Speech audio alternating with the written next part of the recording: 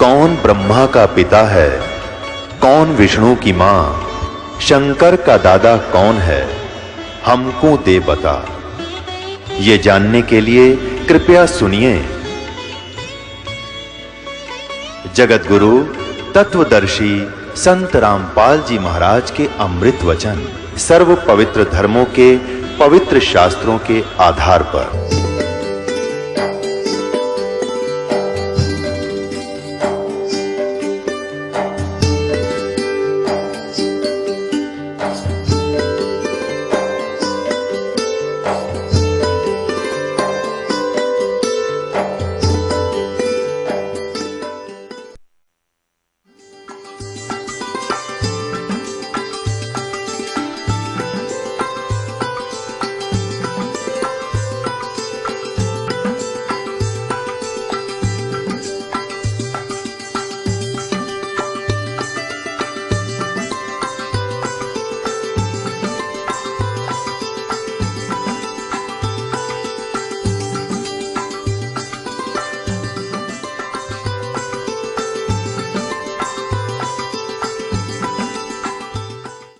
ये देखिएगा अध्याय नंबर 4 का श्लोक नंबर 34 कि उस तत्व ज्ञान को जो सच्चिदानंद घनम ब्रह्म की वाणी में है, जिसने अपने मुखारविंद से आकर बोल के उच्चारण किया, उस ब्रह्म ने उस ज्ञान को तू तत्वदर्शी ज्ञानियों के पास जाकर समझ, उनको भली भांति दंडवत प्रणाम करने से, उनकी सेवा करने से और कपट छोड़कर सरलता पूर्वक प्रश्न करने से वे परमात्म तत्व को भली भांति जानने वाले ज्ञानी महात्मा तुझे तत्व ज्ञान का उपदेश करेंगे। अब वो तत्वदर्शी संत होगा कैसा, इसकी पहचान भी अपने पवित्र सदग्रंथ इस श्रीमद् भगवत गीता जी में लिखा है 15वें अध्याय के प्रथम श्लोक में। ये देखिएगा,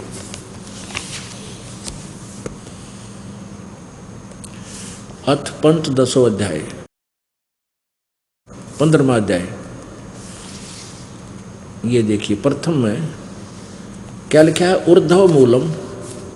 ऊर्ध्व मूलम अधः शाखम अश्वत्थम प्राहु अव्यम छंदासी यस्य प्रणानी ये तम वेद स वेदवित्।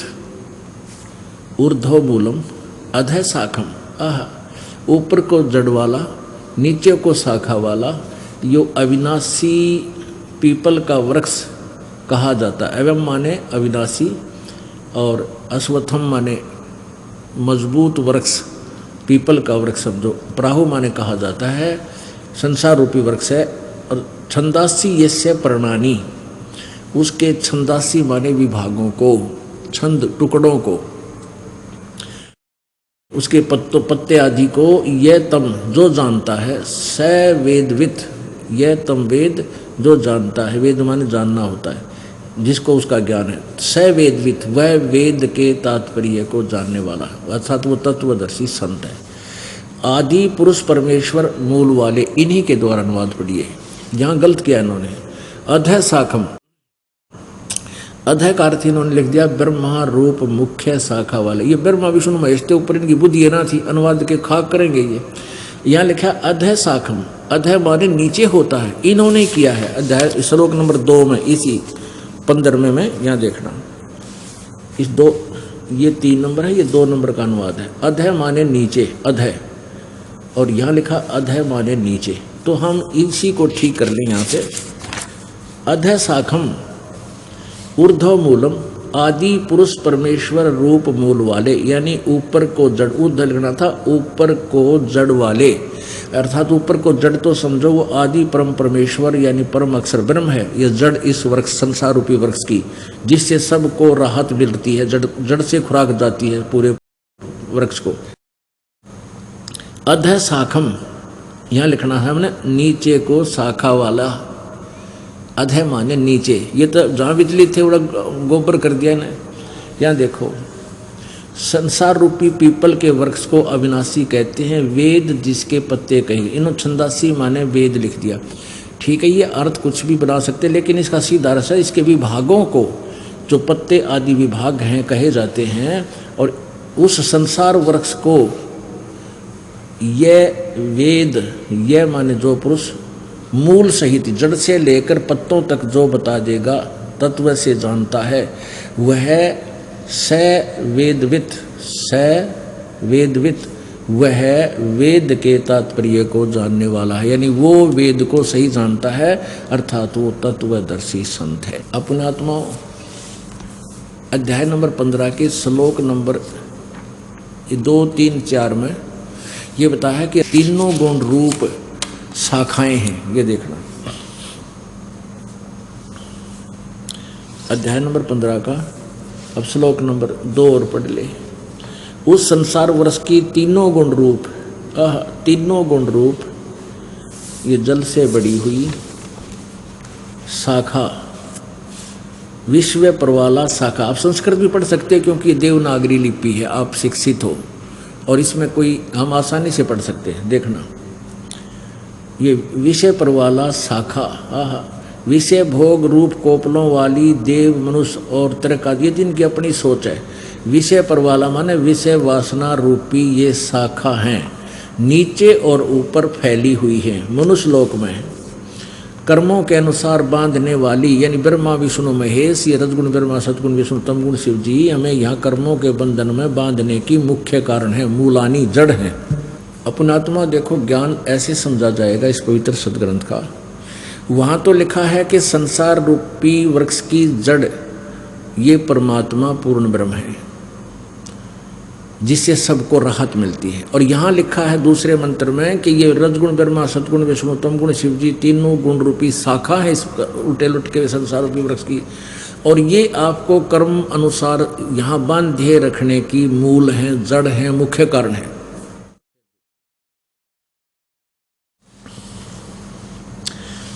ये दूसरा 15 में जाएगा। उस संसार वृक्ष की तीनों गुण रूप रजगुण ब्रह्मा सदगुण विष्णु तमगुण शिव जी रूपी जल से बड़ी हुई ये विषय परवाला शाखा, विषय कोपलों वाली यानी नीचे शाखाएं हैं, ये शाखाएं हैं नीचे और ऊपर, सर्वत्र नहीं, केवल ऊर्ध्वम, ऊर्ध्वम माने ऊपर, ऊर्ध्वम फैली हुई है। मनुष्य लोक में कर्मानुबंधनी, कर्मों के अनुसार बांधने वाली, कर्मा में फंसा कर रखने वाली, नियमित यहाँ हमें नियोजित रखने वाली, ये मूलानी यानी मुख्य कारण है। ये जड़ें हैं, हमारी जड़ है, हमें यहाँ बांधे रखने के मुख्य कारण है मूलानी। और नीचे और ऊपर फैली हुई है, सभी लोगों में नहीं लिखा इसमें, अनुसंततानी यानी व्याप्त हो रही हैं। अब तीसरे में कमाल किया है, इस संसार वर्ष का जैसा स्वरूप यहाँ, जैसा वर्ष स्वरूप जैसा कहा है वैसा यहाँ विचार काल में नहीं है, अर्थात तेरे मेरे डिस्कशन में, इस गीता जी के ज्ञान में। अब क्या कह रहा है कि जो अब मैं तुझे ज्ञान दे रहा हूँ, गीता ज्ञानदाता कहता है, अर्जुन तेरे मेरे डिस्कशन में विचार काल में मैं तुझे यथार्थ ज्ञान नहीं दे पाऊंगा इस संसार रूपी वृक्ष की रचना के बारे में, क्योंकि इसका आदि और अंत यथार्थ रूप से मुझे ज्ञान नहीं। इसलिए कहा कि इसके बारे में तत्वदर्शी संतों को जाकर पूछ। यहां देखना, इस संसार वृक्ष का स्वरूप जैसा कहा है वैसा यहां विचार काल में यानी गीता के ज्ञान में नहीं पाया जाता, क्योंकि न तो इसका आदि है और न इसका अंत था, न इसकी अच्छी प्रकार से स्थिति ही है, यानी जो गीता ज्ञानदाता इससे परिचित नहीं है। इसलिए इस सुविरुद्ध मूलम यानी जिस संसार रूपी वृक्ष का जो जड़ है वो तो अविनाशी है, वो परमात्मा परम अक्षर ब्रह्म आदि पुरुष परमेश्वर, दृढ़ यानी सदा रहने वाला, अति दृढ़ मूल वाले संसार रूपी पीपल के वृक्ष को यानी सारी सृष्टि रचना को दृढ़ वैराग रूपी शस्त्र द्वारा काटकर नहीं, उस तत्व ज्ञान रूपी शस्त्र द्वारा इस उलझी हुई गुत्थी को काटकर, उसके पश्चात इस चौथे श्लोक में बताया है, उसके पश्चात उस परम पुरुष परमेश्वर को भली भांति खोजना चाहिए, जिसमें गए हुए पुरुष फिर लौटकर संसार में नहीं आते, और जिस परमेश्वर से यानी जिस भगवान ने, परमात्मा ने पुरातन संसार वृक्ष की प्रवृत्ति विस्तार को प्राप्त हुआ था, जिस परमात्मा ने इस संसार रूपी वृक्ष की रचना की है, उसी आदि पुरुष नारायण की मैं शरण हूं। इस प्रकार दृढ़ निश्चय करके उस परमेश्वर का मनन और निधिध्यासन करना चाहिए। यानी इससे सिद्ध है कि गीता ज्ञान दाता अपने बारे में कह रहा है कि मैं तो नासवान हूं, तू भी नासवान है, पहले भी जन्म हुआ, आगे भी होगा, और मेरा ओम नाम है। और उस परमात्मा के बारे में जो सारी सृष्टि का रचनहार है, परम अक्षर ब्रह्म है, उसकी जानकारी किसी तत्वदर्शी संत से प्राप्त करें। और तत्वदर्शी संत से प्राप्त ज्ञान के आधार से आपको तत्व ज्ञान रूपी शस्त्र द्वारा इस उलझी हुई गुत्थी को काट कर उसके बाद उस परम पद परमेश्वर के उस परम पद को खोजना चाहिए। इसका अर्थ ये बनता है कि जहां जाने के बाद फिर कभी जन्म मृत्यु नहीं होती, साधक फिर लौटकर संसार में कभी नहीं आते, और मैं भी उसी की शरण हूं। वैसे गीता ज्ञान दाता खुद कह रहा है कि मैं भी उसी की शरण में हूं, केवल उसी की पूजा कीजिए। उसी के बारे में गीता जी अध्याय नंबर 18 के श्लोक नंबर 62 में कहा है कि अर्जुन तू सर्वभाव से उस परमेश्वर की शरण में जा, उस परम अक्षर ब्रह्म की शरण में जा, जिसकी कृपा से तू परम शांति को और सनातन परम धाम को प्राप्त होगा। अपनात्मा वो परमात्मा कौन है? यहाँ थोड़ा सा एक और समस्या आ जाती है कि रजगुण ब्रह्मा है, सतगुण विष्णु, तमगुण शिव जी। ये कंसेप्ट क्लियर करना घना जरूरी है, और ये अपने सदग्रंथों में ही इनकी जो ना हिस्ट्री लिखी है, इनकी इतिहास में लिखा हुआ वही पढ़कर सुनाते हैं। ये देखिएगा श्रीमद् देवी भागवत हिंदी टीका सहित प्रथम भाग, ये कहाँ से प्रकाशित है? अथ देवी भागवतम सभाष्टिकम सहमातम, यह है खेमरा श्री कृष्ण दास प्रकाशन बंबई से प्रकाशित है। इसके देखिएगा ये तीसरा सकंद यहाँ से प्रारंभ होता है। अथ श्रीमद् देवी भागवते भाषा टीका युक्ते तृतीय सकंद प्रारंभते। अब इसमें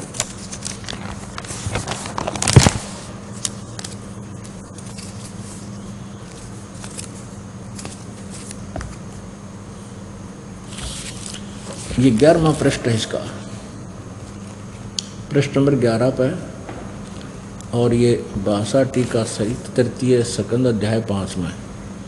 इसके श्लोक नंबर 8 में भगवान शंकर जी कह रहे हैं अपनी दुर्गा माता को, अपनी माता दुर्गा को, हे माता, यदि हमारे ऊपर सदा आप दया युक्त हो तो हमको तमोगुण में किस प्रकार प्रदान किया है? प्रदान नहीं है, इसमें संस्कार दिखाऊंगा। मुझे तमोगुण क्यों उत्पन्न किया है, इसका अर्थ ये बनता है फिर भी। और ब्रह्मा रजोगुण और हरि सतोगुण, हरि सतोगुण युक्त किए हैं। अब यहाँ देखिएगा संस्कृत ये है। ये 7वां श्लोक समाप्त हुआ, 8वां प्रारंभ हुआ। यदि दाधर्मना न सदाम्बिके कथम अहम विहित च, कथम अहम, मुझे क्यों बना दिया, विहित माने क्यों उत्पन्न कर दिया,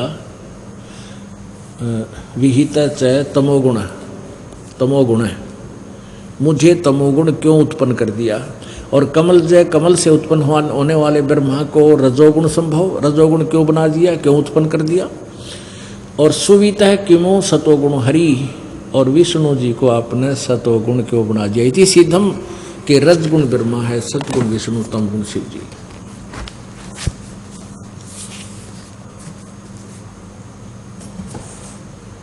अब ये इसलिए दिखा कि जो पीछे आपने देखा अपने आत्मा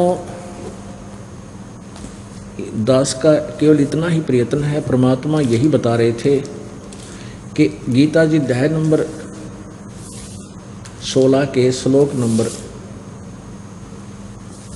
23 में लिखा है कि शास्त्र विधि को त्याग कर जो मनमाना आचरण कर, शास्त्र विधि को त्याग कर जो मनमाना आचरण करते हैं उनकी ना तो सुख होता है, ना उनकी गति होती है, और ना ही उनको कोई सुख होता है। ने उनकी कोई सिद्धि प्राप्त होती है, अर्थात यूजलेस। अब ये प्रसंग यहाँ से शुरू हुआ था कि न तो ब्रह्मा जी को ज्ञान है, न विष्णु जी को ज्ञान है, न शिव जी को ज्ञान है। अब यहाँ देखिएगा, ब्रह्मा विष्णु महेश जी की सती थी, उनके ज्ञान की सती थी। अब तभी हम परमात्मा को समझ पाएंगे, जिनको हम भगवान मानते थे उनकी सतीथि से परिचित हो जाएंगे, तभी हम उनसे हटकर अपने यथार्थ मार्ग पर आएंगे। ये निंदा नहीं है दास जो कर रहा है, ये तो एक अनमोल काम कर रहा है। यानी कई अनजान जो अज्ञान आधार पर आधारित हैं कहते हैं आपके गुरुजी तो दूसरों की आलोचना करते हैं, वो अपना ज्ञान बतावें। अरे अपना बता के न बात बिगाड़ रखी है, अपनी अपनी कह गए इस दुनिया के माँ, और बिन साहिब की बंदगी की ठोर ठिकाना ना। हम निंदा नहीं करते, हम सदग्रंथों को आपके रूबरू कर रहे हैं, और सदग्रंथों में जो लिखा है उनको आप सच्चा मानते हो, क्योंकि जो आपके गुरुजी थे वो यही बताते थे कि हम ये ज्ञान पुराणों से आपको बता रहे हैं, वेदों से बता रहे हैं, गीता जी से बता रहे हैं। आज उन्हीं को हम फिर पढ़ रहे हैं, वही इतनी सी बात है। देखिएगा श्रीमद् देवी भागवत,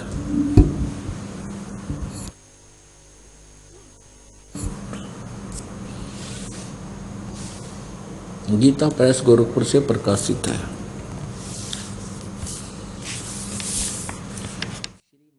श्रीमद् देवी भागवत, संपादक हनुमान प्रसाद पोदार चिमनलाल गोस्वामी। और ये कहाँ से प्रकाशित है? मुद्रक एवं प्रकाशक हैं गीता प्रेस गोरखपुर, गोविंद भवन कार्यालय कोलकाता का संस्थान। यहाँ देखिए 28 पृष्ठ पे पहला स्कंद, ये प्रथम स्कंद, पहला स्कंद, प्रश्न नंबर 28 पर नारद जी ने कहा, महाभाग व्यास जी। अब नारद जी के ज्ञान की, व्यास जी के ज्ञान की, और ब्रह्मा जी के ज्ञान की, और विष्णु जी के ज्ञान की आपके सामने एक झलक दिखाऊंगा। नारद जी ने कहा, महाभाग व्यास जी, तुम इस विषय में जो पूछ रहे हो ठीक यही प्रश्न मेरे पिताजी ने भगवान श्री हरि से किया था। किससे? विष्णु जी से। अब देवा अधिदेव भगवान जगत के स्वामी हैं, और लक्ष्मी जी उनकी सेवा में उपस्थित रहती है। दिव्य कौस्तुभमणि उनकी शोभा बढ़ाती है।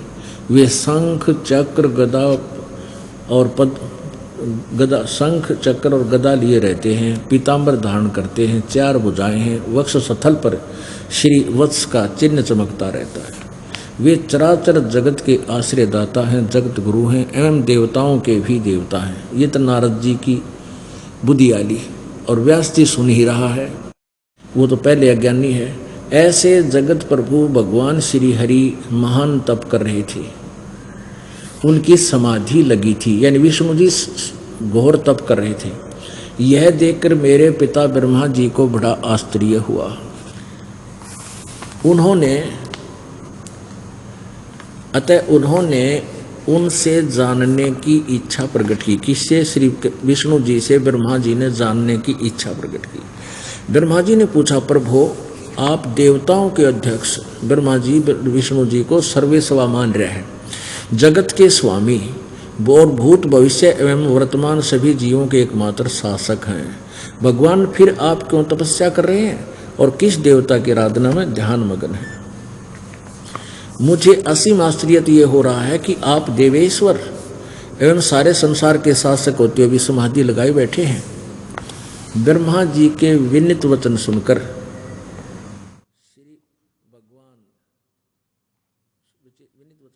भगवान श्री हरि उनसे कहने लगे, ब्रह्मन सावधान होकर सुनो, मैं अपने मन का विचार व्यक्त करता हूँ। विष्णु जी का ज्ञान सुनना ही। देवता, दानव और मानव सब यही जानते हैं कि तुम सृष्टि करते हो, मैं पालन करता हूँ, और शंकर संहार किया करते हैं।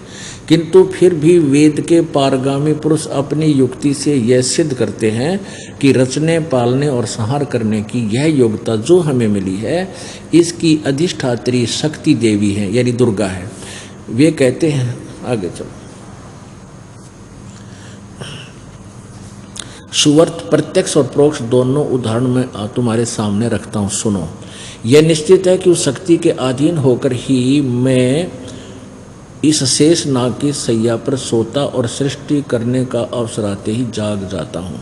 मैं सदा तप करने में लगा रहता हूँ। उस शक्ति के शासन से कभी मुक्त नहीं रह सकता। कभी अवसर मिला तो लक्ष्मी के साथ सुखपूर्वक समय बिताने का सौभाग्य प्राप्त होता है। मैं कभी तो दानवों के साथ युद्ध करता हूँ। अखिल जगत को भय पहुँचाने वाले दैत्यों के विकराल शरीरों को शांत करना मेरा परम कर्तव्य हो जाता है। और मुझे उस शक्ति के यानी दुर्गा के अधीन होकर रहना पड़ता है।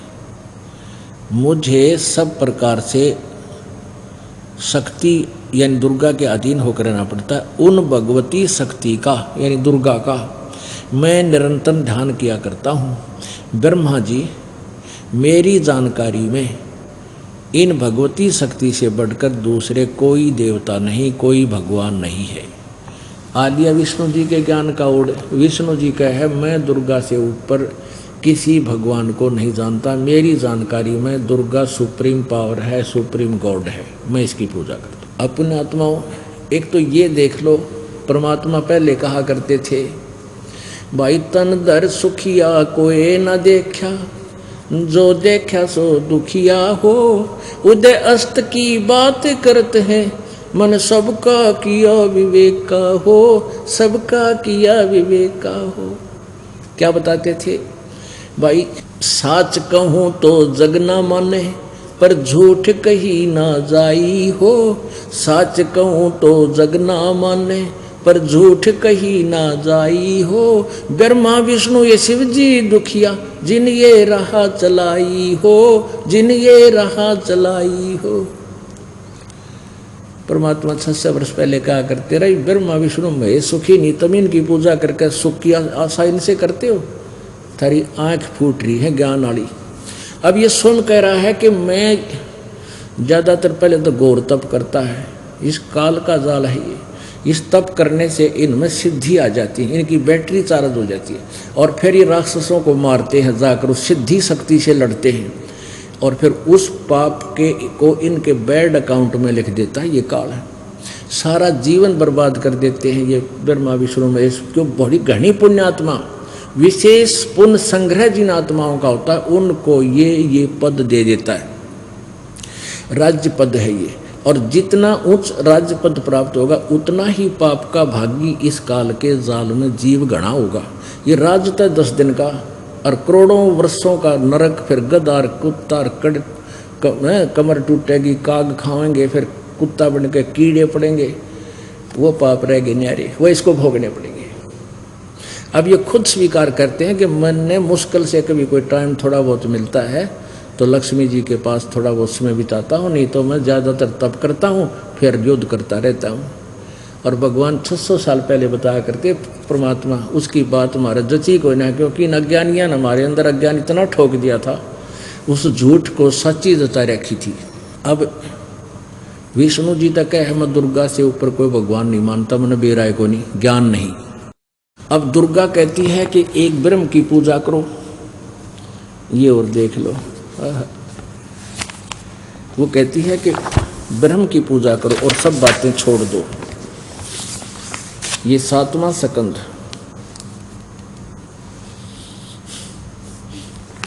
और प्रश्न नंबर 562 पे संक्षिप्त देवी भागवत।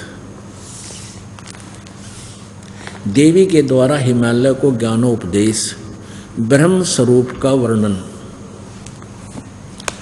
श्री देवी जी कहने लगी, पर्वतराज ये हिमालय को ज्ञान दे रही है, हम यहाँ है उस ब्रह्म स्वरूप का वर्णन, हम ब्रह्म का स्वरूप ही पढ़ेंगे। इसने अपने बारे में थोड़ा लिखा, लेकिन वास्तविकता ये बता दी यहाँ पर, उस ब्रह्म का क्या स्वरूप है यह बतलाया जाता है,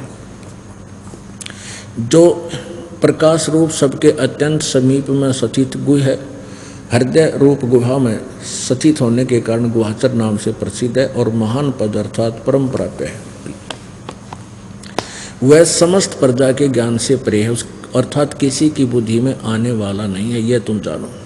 जो परम अक्षर रूप है, जो सूक्ष्म से भी अत्यंत सूक्ष्म है, जिसमें संपूर्ण लोक और इन लोकों में विनिवास करने वाले प्राणी सतीत हैं, वही यह अक्षर ब्रह्म है, वही सबके प्राण है, वही सबकी वाणी है और वही सबके मन है। वह यह परम सत्य और अमृत अविनाशी तत्व है।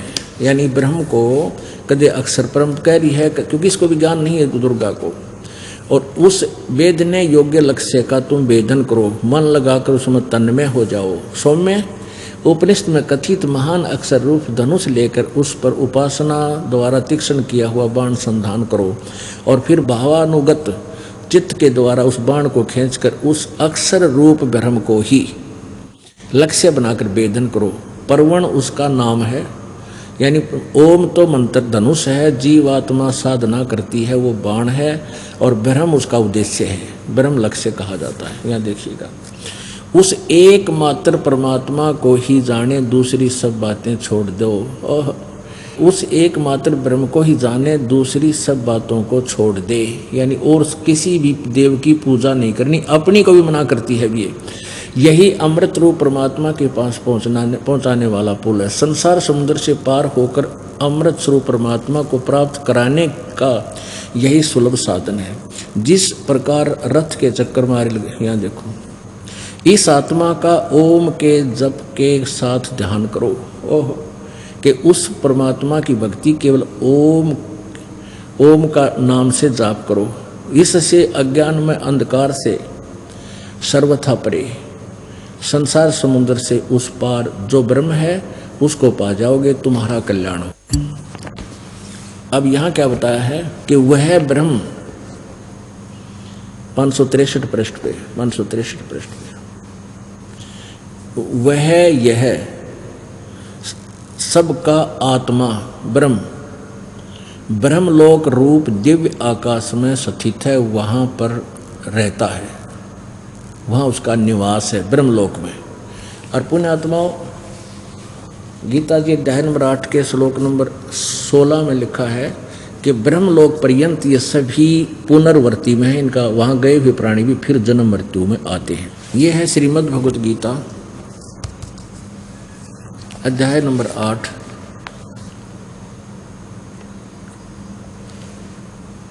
और श्लोक नंबर 16।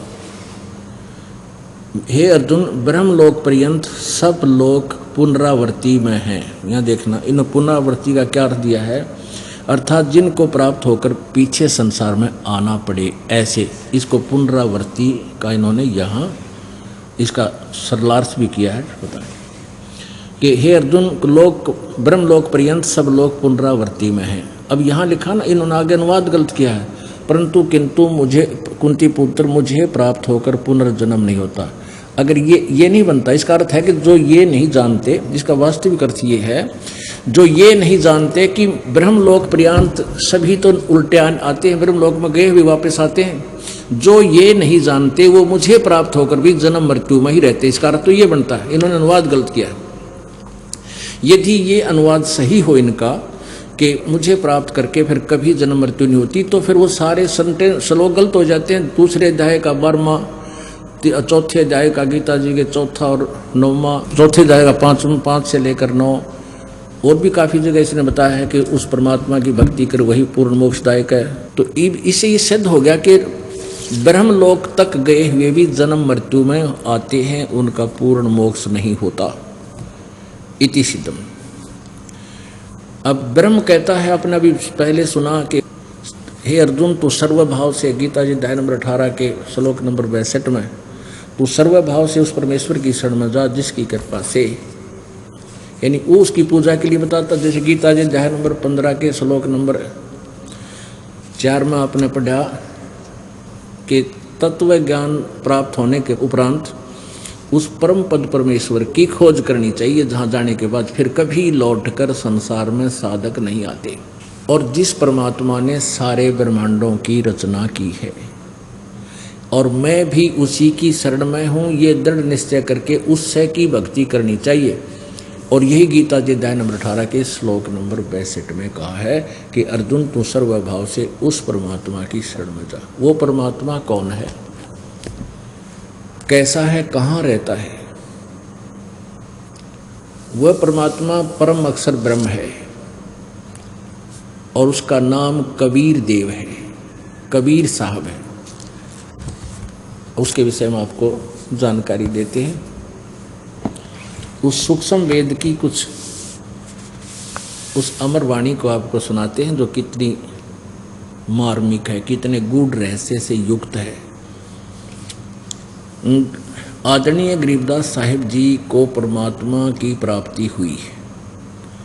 परमेश्वर स्वयं आकर के उनको गांव छुड़ानी, जिला झज्जर, हरियाणा प्रांत, भारतवर्ष में वो स्वयं परमेश्वर पूर्ण ब्रह्म, परम अक्षर ब्रह्म एक साधु रूप बनाकर गरीबदास जी को खेतों में मिले, जिसमें गरीबदास जी अपनी ही गायों के पाली थे, गवाले थे। वहाँ से उनकी आत्मा को सचखंड सतलोक लेकर गए। ब्रह्मा विष्णु महेश की सब सतिथि से परिचित करवाया। आज से लगभग 250 वर्ष पहले गरीबदास जी ने आंखों देखा वर्णन कबीर परमेश्वर की महिमा का लिखा हुआ है अपनी अमरवाणी में, और कबीर जी ने उनके अंतःकरण में अपना वो सूक्ष्म वेद फीड कर दिया था। उन्होंने दोबारा फिर उस परमात्मा के ज्ञान को दोबारा प्रकाशित किया। कस्तूरी नाम कबीर है, बिन छेड़े मैं कंते, आदि अंत की कहते हूँ, पटतर कोई न सुनते। कस्तूरी नाम कबीर है। हाय हाय, कहते हैं कस्तूरी की इतनी अच्छी सुगंध होती है, उसने छेड़ो, उसको कहीं पर लगाओ या ना लगाओ, जहाँ भी वो रखी है उसकी आसपास के क्षेत्र में अपने आप सुगंध फैल जाती है। कस्तूरी नाम कबीरे है, बिन छेड़े मैं कंते, आदि अंत की कहत हूँ, पटतर कोई न संत। उसके बराबर ना तो कोई संत है और ना ही कोई भगवान है। आदि अंत यानी शुरू से लेकर आखिर तक का ये निचोड़ सुन ले। चिदानंद चंदन कला अवगत लहर उठनते, जिन आकार अजोखे पद त्रिकुटी में दिखनते। नैनो मद निरखत रहे अवगत नाम कबीर, बेड़ा पार लगाए हूँ सुरत सरोवर तीर। ना सतगुरु जननी जन्या, जाके माने बाप। अब गरीबदास साहिब जी आंखों देखा बता रहे हैं कि वो कबीर परमात्मा जो सतगुरु रूप में यहाँ आते हैं, यथार्थ ज्ञान देते हैं। ना सतगुरु जननी जन्या, जाके माए न बाप, पिंड ब्रह्मंड से बाहर है जाना तीनों ताप। नैनो मद निरखत रहे अवगत नाम कबीर, बेड़ा पार लगाए हों सुरत सरोवर तीर। दो नैनो बिच कमल है उजल हिरंबर धाम, शेष शेष फुल रटत है जिन्होंने पाया राम। कहते तुम क्या साधना करते हो, जय राम राम राम जय जय राम, सीता राम राधे श्याम, राम राम राम राम। कहते इस राम राम के करने से यदि तुम्हें भगवान मिल जाता तो शेष नाग जी 1000 उसका मुंह है फन, और एक फन में 2 जीव हैं, और एक बार में वो 2000 बार राम राम जब पैर उससे दिन का लाग रहा जब तक जन्म हुआ है, आज तक तो उसने राम मिला कोई नहीं। यानी गुण तीनों की भक्ति में ये भूल पड़ो संसारे, कहे कबीर निज नाम बिना भाई कैसे उतरो पारे। निज नाम यथार्थ मंत्र, यथार्थ भक्ति मंत्र नाम के बिना तुम पार नहीं हो सकते। गरीब शेष 88 ना गए, 2400 पर चोख, 3300 पर तलब है, कोई बकरा कोई बोक। क्या बताते हैं कि ना तो ये 88,000 ऋषि पार हुए, और ना ये 24 अवतार और 33 करोड़ ये देवता। इनके ऊपर भी काल का जाल है, काल का फरमान इनके पास आता है, काल का तलब है, और ये 84 लाख योनियों में धक्के खाते हैं, भटकते हैं। कोई बकरा बनता है, कोई बोक बनता है। एक बार जब राजा युधिष्ठिर जी ने यज्ञ की थी, अश्वमेध यज्ञ की थी, इसलिए कि मेरे को ये भयंकर स्वप्न दिखाई दे रहे हैं, ये किसी प्रकार ये तीन ताप का कष्ट मेरा हरण हो, दूर हो। तो श्री कृष्ण जी के बताए अनुसार साधना की गई थी और उसमें एक यज्ञ की गई थी और उसमें एक टर्म एंड कंडीशन रख दी थी कि सभी संत, ऋषि, महापुरुष, देवता सभी को आमंत्रित करो और जब सब भोजन खा लेंगे, भोजन जब खा लेंगे तो ये शंख, एक शंख रख दिया अलग से, एक सुसज्जित स्टेज बनाकर एक आसन पर, कि ये शंख अपने आप बजेगा। यदि शंख बज गया तो समझो आपकी यज्ञ पूर्ण होगी, यानी तुम्हारा संकट निवारण हो जाएगा, अन्यथा नहीं होगी। तो उस यज्ञ में कौन आगे थे? 33 करोड़ देवता, 88,000 ऋषि, 12 करोड़ ब्राह्मण और ब्रह्मा विष्णु महेश गुप्त रूप में, और साथ में ये ज्योति निरंजन काल भी अन्य रूप धारण करके आ गया था और सभी ने भोजन कर लिया था, वो शंख नहीं बजा। तब श्री कृष्ण जी में प्रेरणा दी परमात्मा ने अपनी सतिथि को जीवित रखने के लिए। तो श्री कृष्ण जी ने भी भोजन खा लिया था। अब युधिष्ठिर जी ने पूछा, प्रभु हमारे पाप गणे हैं, हमने बहुत जुल्म किया महाभारत के युद्ध में, जिस कारण से हमारी यज्ञ पूर्ण नहीं हुई, शंख नहीं बजा और सभी ने भोजन खा लिया, प्रभु हम घने पापी हैं। श्री कृष्ण जी ने कहा था, भाई इसमें शंख बजाने वाला कोई साधक है ही नहीं, और ये जितने दिखाई देते ना अपने, ये भक्त नहीं है, ये ऋषि, ये मोक्ष मार्ग को पर नहीं लगे हुए ब्रह्मा, ये सभी देवता जितने 33 करोड़ देवता, 88,000 ऋषि, उसमें इसी तो बैठी थी ये वशिष्ठ मुनि जैसे और मारकंडे ऋषि जैसे और भाई सारे 9 नाथ 84 सिद्ध, ये गोरखनाथ जैसे भी आत्मा गुप्त रूप में वहाँ आई हुई थी, और उनके भोजन खाने से भी उनका यज्ञ संपूर्ण नहीं हुआ था।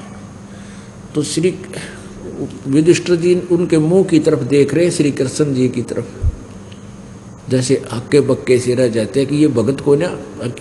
श्री कृष्ण जी में मालिक ने प्रेरणा दी, कबीर जी ने, और श्री कृष्ण जी बोला कि भाई ये भगत को नहीं, ये तो सारे 84 लाख योनिया में गधे कुत्ते सूर बनेंगे।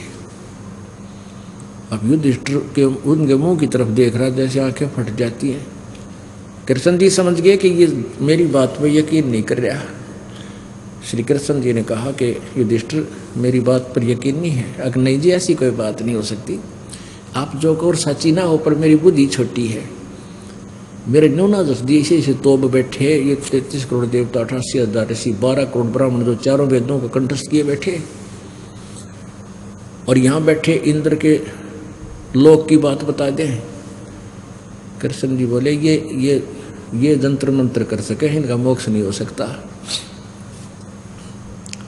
तब ना यकीन होता दिखा तो श्री कृष्ण जी ने अपना आशीर्वाद हाथ वो वहाँ पर वर्तमान सभी ऊंचे ऊंचे आसन पर बैठे नो जच का कति ना धोकर एक गच अच्छा भोजन खाना था, तो यूँ बैठे उनको यूँ हाथ कर दिया सबकी तरफ एक बार, और फिर कहा कि देख युधिष्ठिर, इनकी आगे आने वाले जन्मों की सतिथि, कोई तो बकरा बना खड़ा अपने आसन पर, कोई गधा बना खड़ा, कोई कुत्ता, कोई केचुआ, कोई सांप, कोई किसी प्रकार के, हर प्रकार के उनके अलग अलग से, कोई कई एक ही प्रकार की योनि प्राप्त करेंगे ऐसे उनके।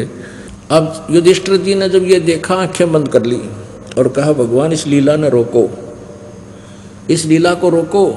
श्री कृष्ण जी बोला, लीला को नया सच्चाई है,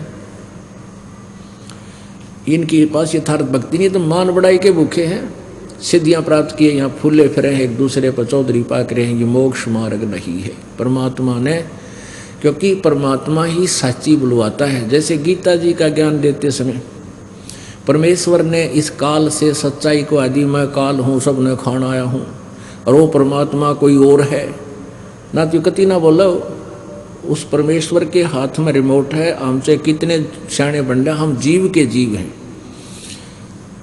तो इसलिए उसने बुलवा दिया ना, तो कति ना बताओ इतने दिन हो गए इसना कबाड़ कर रखा, अंधेरे में डाल रखे थे। पता था परमात्मा ने मेरे बच्चे गीता को सच्ची मानेंगे और गीता के बारे में इनको पता नहीं होगा, मेरा दास आएगा, इनको सच्चाई से परिचित करवाएगा, मुझे पहचान लेंगे, इनका मोक्ष कर दूंगा, सतलोक ले चलूँगा। मेरे बच्चे यहाँ बहुत दुखी हो रहे हैं, कोई गधा बन रहा है, कोई गधी बना है, कोई कुत्ता, कोई कुतिया, बिरान मैटी हो रही। और मनुष्य जीवन में कौन सुखी? ब्रह्मा विष्णु महेश तक सुखी नहीं है। तो यहाँ वो सूक्ष्म वेद भी यही बता रहा है। 88 ना गए 24 पर चोख, ये 24 अवतार इस विष्णु जी के और आदि ये 24 अवतार भगवान के, ये भी नहीं पार हो सकते। 33 पर तलब है, कोई बकरा कोई बोक। 33 करोड़ देवता भी कहते हैं ये भी कोई बकरा बनेगा कोई बोक, यानी 84 लाख योनियों में जाएंगे। 88 5 में 25 में पूछे, ये तो अस्थिर है नहीं कभी मुकाम के बेकूच। 24 अवतार तक हो चुके हैं, 25वां और आवेगा नीकलंग नाम से कलयुग के अंत में। राजा हरिश्चंद्र जी स्वर्ग में बैठे हैं, उनको फिर यो चौधरी बना के भेजेगा काल, यहाँ पर यहाँ का अवतार बनाओगा। और वो क्या करेगा? कलयुग के लास्ट में कृतघ्नी लोग हो जाएंगे। अब ये जो समय चल रहा है वर्तमान का पुण्यात्माओं, ये मोक्ष काल है। अब ये मोक्ष समय है और ये कुछ 1000 वर्षों तक रहेगा। एक बार फिर पुनः स्थिति ऐसे आएगी पृथ्वी पर जैसे सतयुग में हुआ करता था, क्योंकि सब मार धाड़ कर रहे हैं, हर चोरी लूटी खसोटी माया जोड़न की होड़ लाग रही है, किसी का बरकत नहीं, किसी को शांति नहीं, सबकी दुर्गति दूने दुख। नरे मेडिकल खोल लिए, शहर शहर में नरे हॉस्पिटल प्राइवेट भी, हर सब का भीड़ जो खचाखच भरे रहते हैं, क्योंकि उनके पाप नहीं कट सकते, वो उड़ मर जाए सड़ का हॉस्पिटलों में। और परमात्मा की दया से वो रोग आपके वैसे ही ठीक होने लग जाएंगे, क्योंकि परमात्मा से बड़ी कोई शक्ति है ही नहीं। लेकिन वो होंगे किस तरह? इस विधि से आपके अंदर नम्रता, आपकी भक्ति बढ़ेगी। तो ऐसे ये एक बार पूरे विश्व में एक बार या दौड़ रुकेगी, नहीं तो आग लाग रही है। बाण भाई का प्यार रहा नहीं, माया माया दिखे, भाई भाई का माया के ऊपर मिनट में मुकदमा, लट्ठम लट्ठा, बाप की इज्जत नहीं, माता पिता से प्यार रहा नहीं, और कोई साहूकार दिखता ना। मान किसी ने 2 नंबर करके इकट्ठा भी कर लिया, फिर पाप का भागी बनेगा, आगे 84 लाख योनियों में दुख पाओगे। तो बालक नादान बच्चे हैं जो जहर खा रहे हैं, जब इनको ज्ञान हो जाएगा फिर छुएंगे नहीं, हाथ भी ना लावें। तो अब ये समय बहुत अच्छा चल रहा है। लास्ट अब क्या होगा? जब ये युग, ये कुछ समय है, मालिक का ये ज्ञान पूरे विश्व पर जाएगा, इसने कोई नहीं रोक सकता, क्योंकि सबको जरूरत है परमात्मा की, और यहाँ सुख होता है सबको।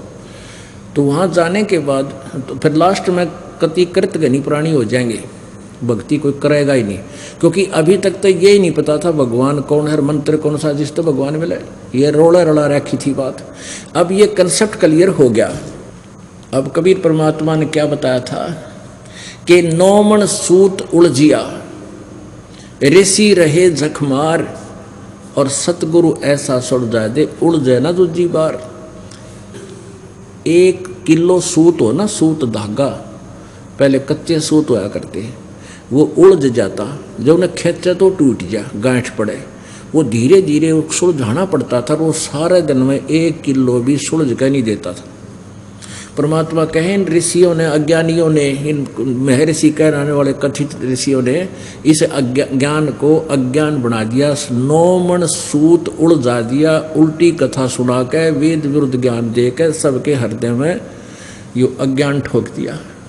अब 9 मन सूत उलझा रखा है इस ज्ञान का, और कहते हैं 9 मन सूत उलझिया, ऋषि रहे झकमार, और सतगुरु ऐसा सुलझा दे उलझ ना दूजी बार।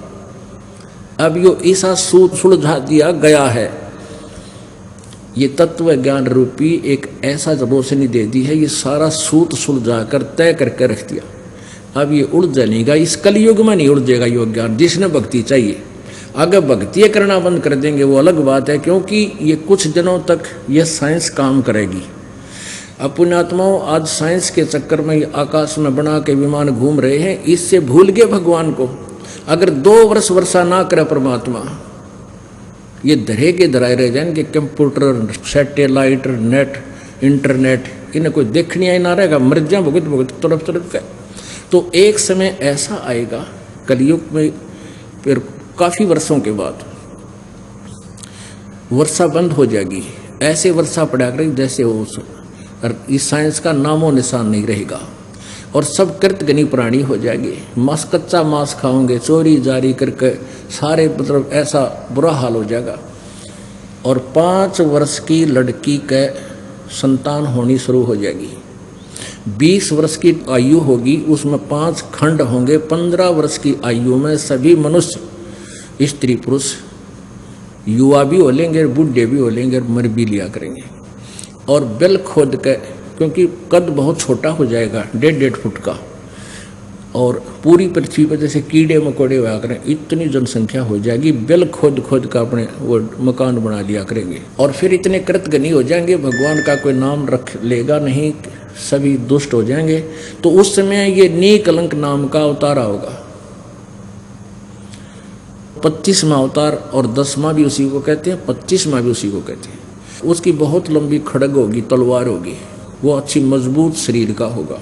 और फिर इनको ऐसे काटेगा जैसे अड़ंगा काटा कर किसान खेत में, इन सभी को मारेगा।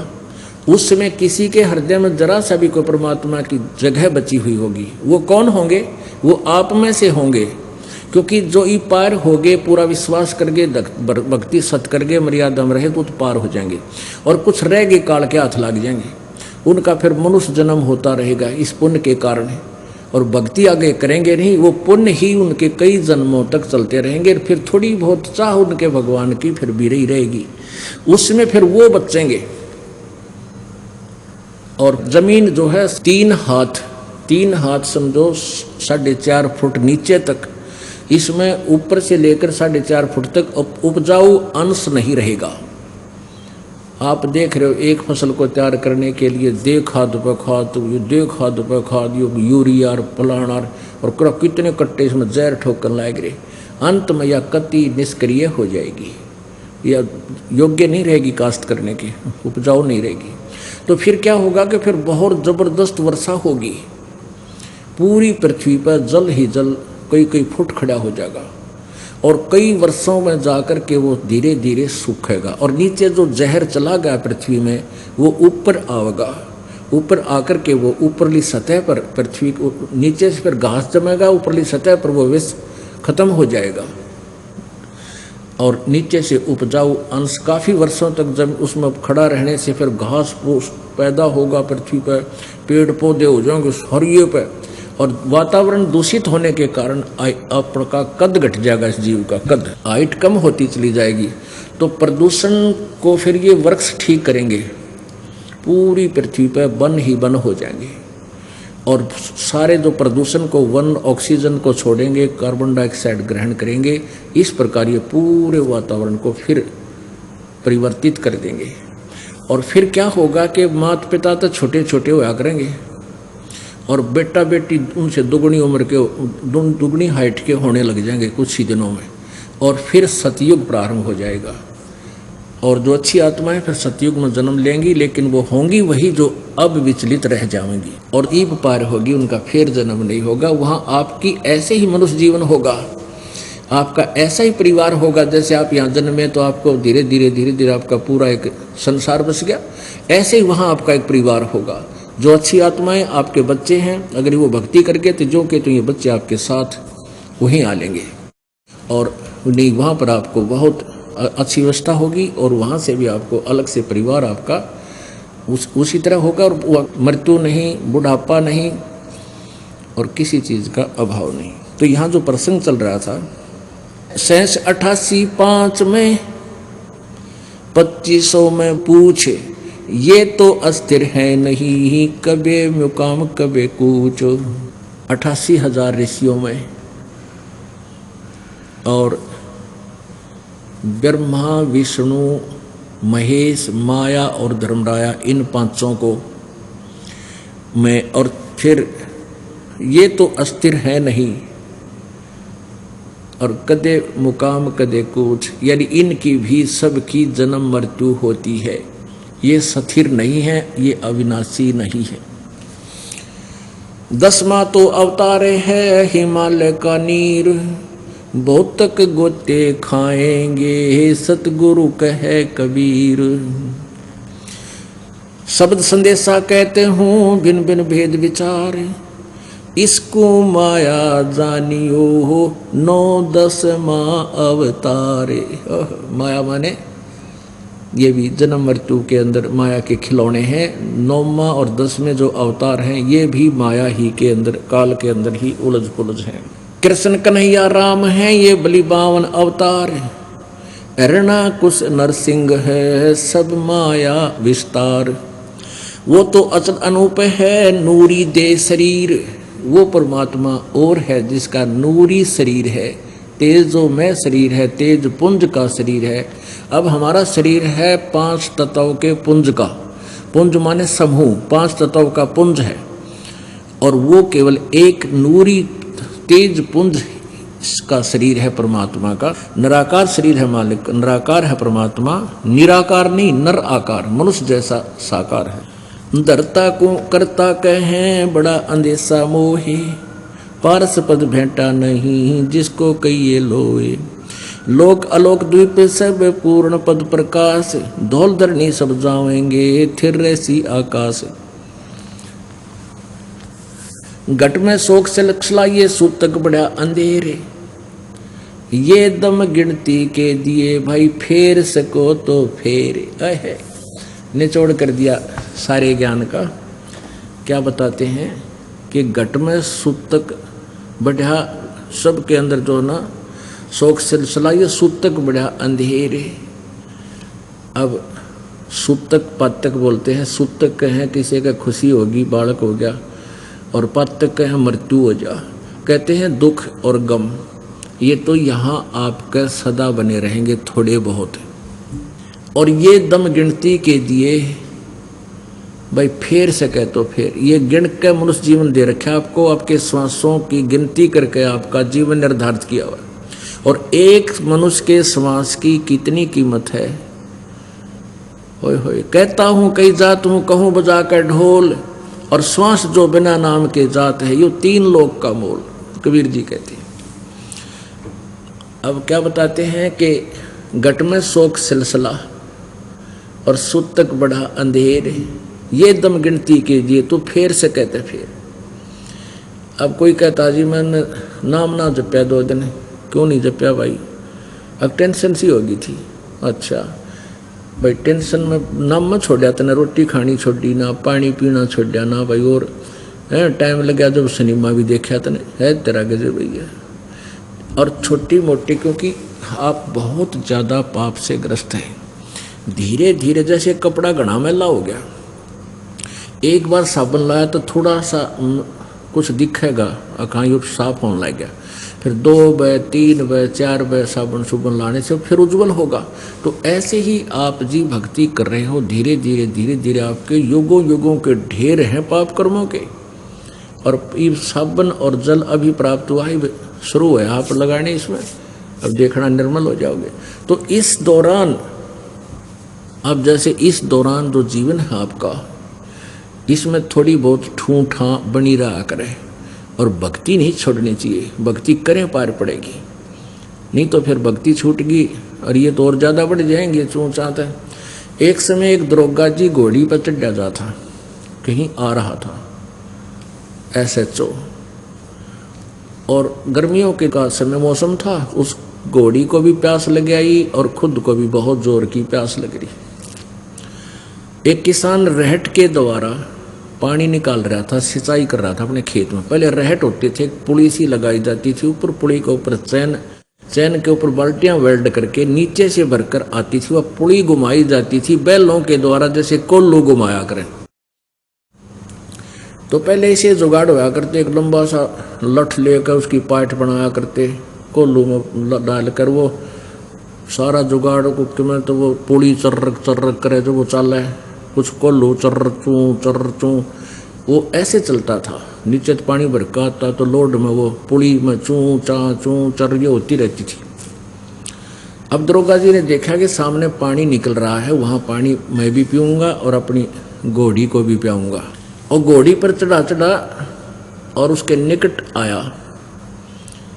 आया तो घोड़ी उस रेट्स के चलने से वो चूं चूं जो हो रही थी, ची चूं चूं चल रही थी, उसने बिदक गई और बिदक कर दूर बाज गई। दरोगा जी गुस्से में कहने लगे, रहो रेट वाले, इस चूं चूं को बंद कर, मेरी घोड़ी डरती है। उसने रेट रोक दिया, बैल रोक दिए तो चूं चूं खत्म होगी, तो गिल्ला पानी खत्म हो गया, क्योंकि चूं चूं तो चल रहा था वो पानी तो। और वो आगे खेतों में सूखे खेत थे, साथ पी रहे थे जल, तो घोड़ी निकट लेकर आया तो जल नहीं पाया। दरोगा जी कहने लगा, वो जल निकाल। उसने फिर बैल आंक दिया, फिर चूं चूं हुई तो घोड़ी फिर 1 किला दूर जा खड़ी हुई। ऊपर दरोगा जी उसने कहा, रे चूं चूं को रोक। उसने फिर बैल रोक दिए और फिर निकट आया, कहने लगा पानी निकालो। पानी निकालने के लिए फिर चूं चूं, वो अब घोड़ी फिर बाज गई। अब वो किसान बोला, दरोगा जी इस चूं चूं में पी गए तो पी गए ना, दोनों मरोगे तुम। तो भैया संसारिक जो टेंशन पेंशन थोड़ी बहुत चूं चूं हो जाएगी, लेकिन इस राम नाम ने पिए जाइयो ना तो बिरन मट्टी हो जाएगी। बोलो सतगुरुदेव।